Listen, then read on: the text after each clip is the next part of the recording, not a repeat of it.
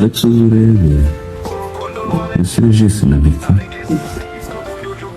wowe agakora ibitaramo Ismael urukundo niho watangiriye inkuru yuzuye amarangamutima ya Miki na Regis. Aba bombi bahujwe n'impano n'icyerekezo kimwe, ariko urugendo rwabo rwageze mu nzira zitoroshe.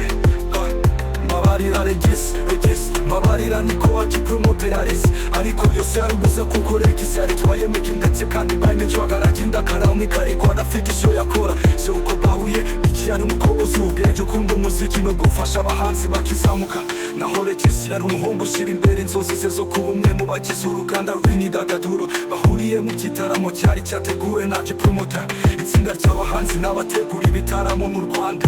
Ku munsi wa mbere bahuye ntabatekerezaga ko urukundo rwabo ruzakura rugafata indi ntera. Regis wari umusore witonda ariko ufite inzozi z'ubuhanzi, yahise yumva Miki ari umuntu wihariye. Miki nawe yasanze Regis afite mani idasanzwe kandi yitaye ku buzima bw'ejo hazaza. Urukundo rurakura nyuma y'ibyumweru bike baganira. Regis yatangiye kwiyumvamo Miki nk'umuntu wenyine washoboraga kumva ibyo yifuzaga kugeraho. Miki nawe yabonye Regis nk'umugabo ushobora kumuha urukundo rutayegajega, ndetse bakabasha gukorana mu guharanira iterambere ryabo n'iry'umuco nyarwanda. Bajyanye mu bitaramo byinshi bya Gipromota, aho Regis yataramiraga naho Miki agafasha mu micungire y'ibikorwa. Uko iminsi yagendaga urukundo rwabo rwabaye ikintu kitavugwa gusa, ahubwo cyabonwaga n'abari hafi yabo bose.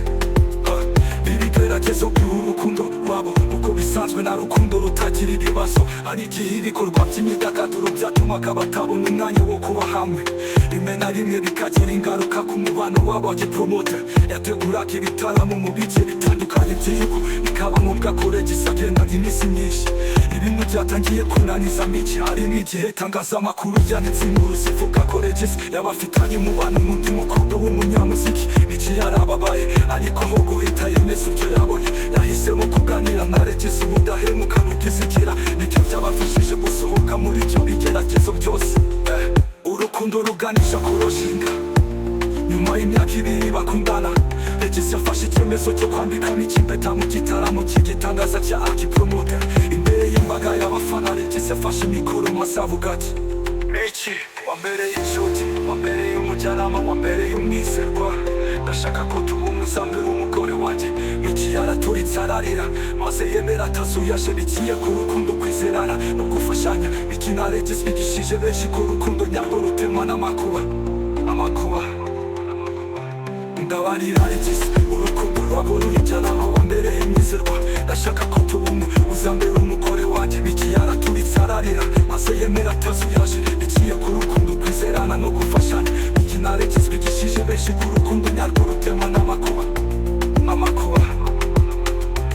Ndabarira Regis, urukundo rwabo ruje ibyumweru bike baganira. Regis yatangiye kwiyumvamo Miki nk'umuntu wenyine washoboraga kumva ibyo yifuzaga kugeraho. Miki nawe yabonye Regis nk'umugabo ushobora kumuha urukundo rutayegajega, ndetse bakabasha gukorana mu guharanira iterambere ryabo n'iry'umuco nyarwanda.